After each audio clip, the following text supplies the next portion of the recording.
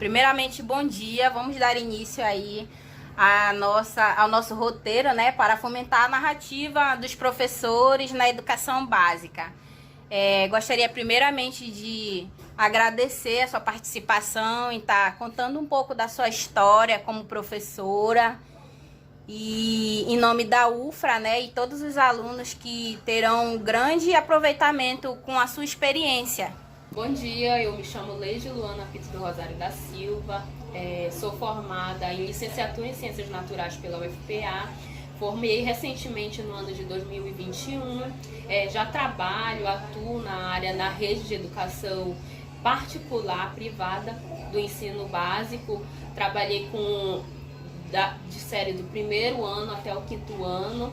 Quantos anos aproximadamente você já tem atuando na área? Olha, eu já trabalho desde o ano de 2012, mas eu trabalhava como monitora de sala de aula, né? Auxiliando os professores dentro de sala de aula. E depois, quando eu passei na faculdade da UFPA, eu já fui atuar dentro de sala de aula como professora mesmo. Então, fale um pouco sobre a sua história, o início da escolaridade. Se houve algo, algum motivo assim que lhe levou a pensar a ser professor. No caso, como você já falou, né, você já atuava, você já era ajudante de professor. Então, já deduzimos por aí, né, que foi a partir disso, né, da sua experiência profissional já. Aí, você poderia estar explicando um pouquinho pra gente como foi que você conseguiu essa vaga, através de quem? Bom, eu sempre tive vontade de trabalhar, então como eu venho de uma família muito humilde, aquela vontade de buscar, né, buscar uma experiência profissional, aquela vontade de querer, né, comprar minhas coisas, fez com que eu corresse atrás de uma vaga. Aí, então, como no meu bairro tem uma escola, né, e eu vi a oportunidade, né, de ir até a escola, falar com a diretora e dona da escola e conversar com ela. Eu coloquei o meu ponto de vista, né, a minha vontade de querer trabalhar, de querer buscar conhecimento, né, e também ter essa troca, né, com ela. Aí ela me deu essa oportunidade e eu agarrei. E como foi o seu processo de formação durante a graduação? Você lembra de alguma dificuldade que tenha exigido muito esforço? Ou algo em que no momento você pensou em até deixar a graduação?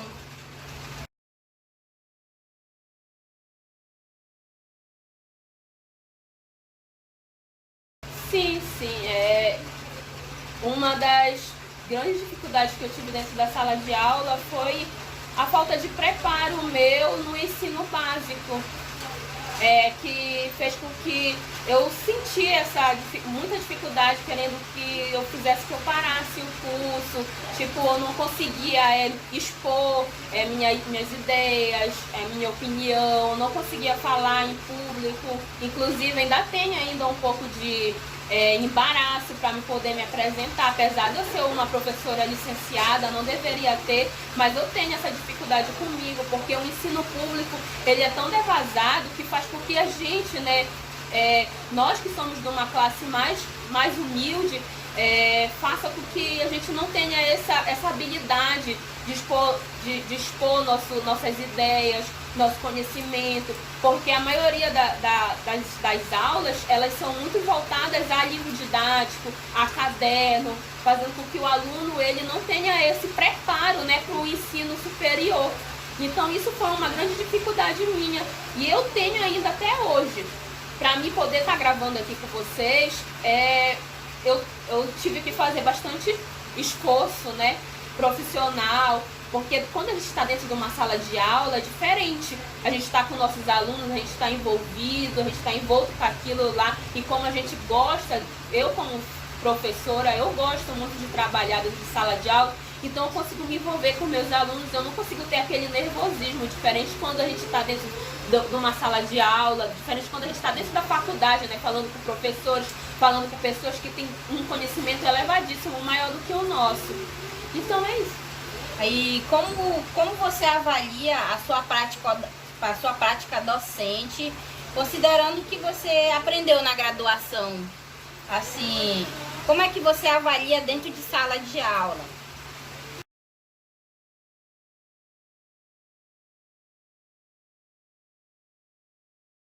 A minha prática docente eu tenho como uma, é, deixa eu ver, é uma avaliação boa, mas eu tenho assim que eu sou uma boa profissional, porque eu aprendi bastante dentro da UFPA, dentro da minha graduação, os professores eram excelentes, eles ajudavam bastante.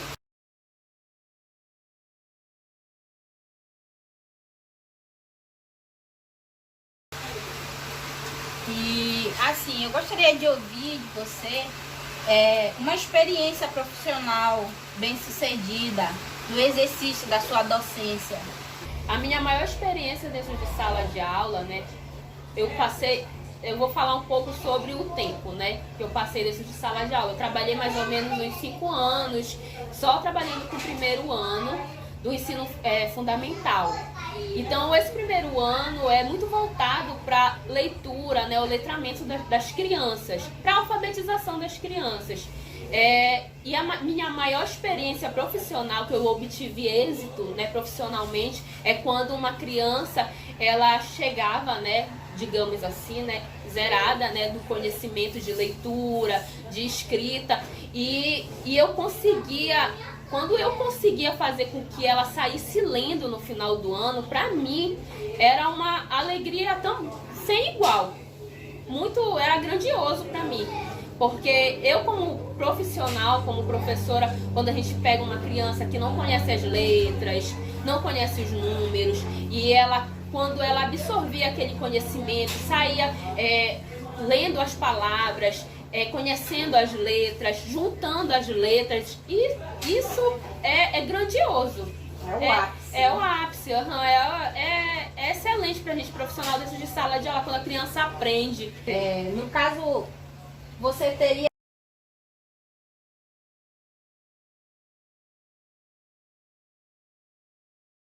também assim, alguma experiência desafiadora na sua carreira? Algo que lhe fez pensar em desistir, de repente, do exercício, né, da sua profissão? Sim, sim. Inclusive, no último ano que eu trabalhei, né, eu desisti, entre aspas, né, desisti nesse momento que eu precisei dar uma parada.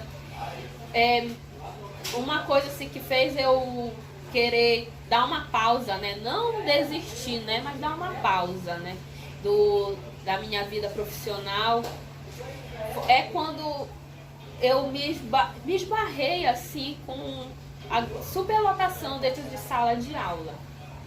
A superlotação faz com que nós profissionais perca aquela vontade, né, de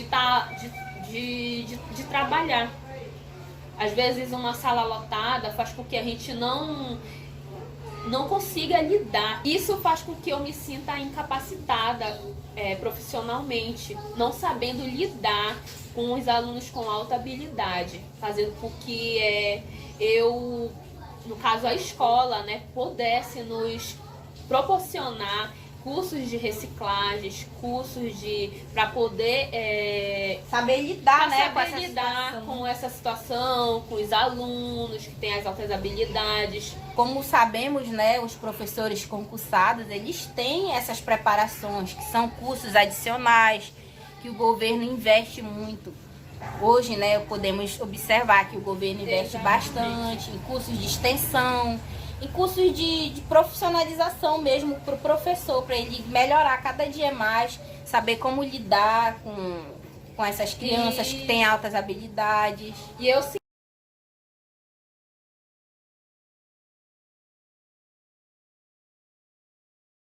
E eu, como professora, né, da rede particular, principalmente aqui da periferia, eu senti essa falta, sabe, de um apoio, né, da escola, da instituição, conosco, com nós professores, para a gente poder fazer uma reciclagem, né, profissional. E o que você diria aos alunos de licenciatura que estão no início da formação docente? Qual seria a mensagem que você deixaria para esses alunos?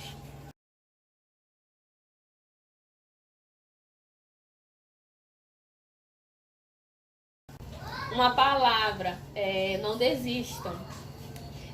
Estudem, se dediquem no curso de vocês, pois vocês estão buscando, né, conhecimento, buscando para ser futuros profissionais dentro de sala de aula. É difícil, sim, mas nós somos a base para as outras profissões. É daqui que vai vir o futuro de outros profissionais.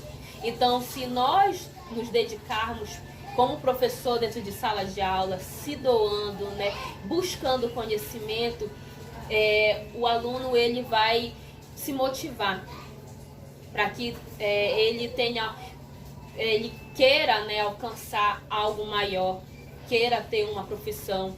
Então, façam cursos de aprimoramento, façam cursos de extensão, façam pós-graduação, um mestrado e chegue até o doutorado. Bom, Leide, gostaria muito de agradecer em nome da UFRA, em nome de todos os alunos que vão poder ver esse vídeo, que esse vídeo chegue no maior número de alunos que vão ser futuros licenciados, né?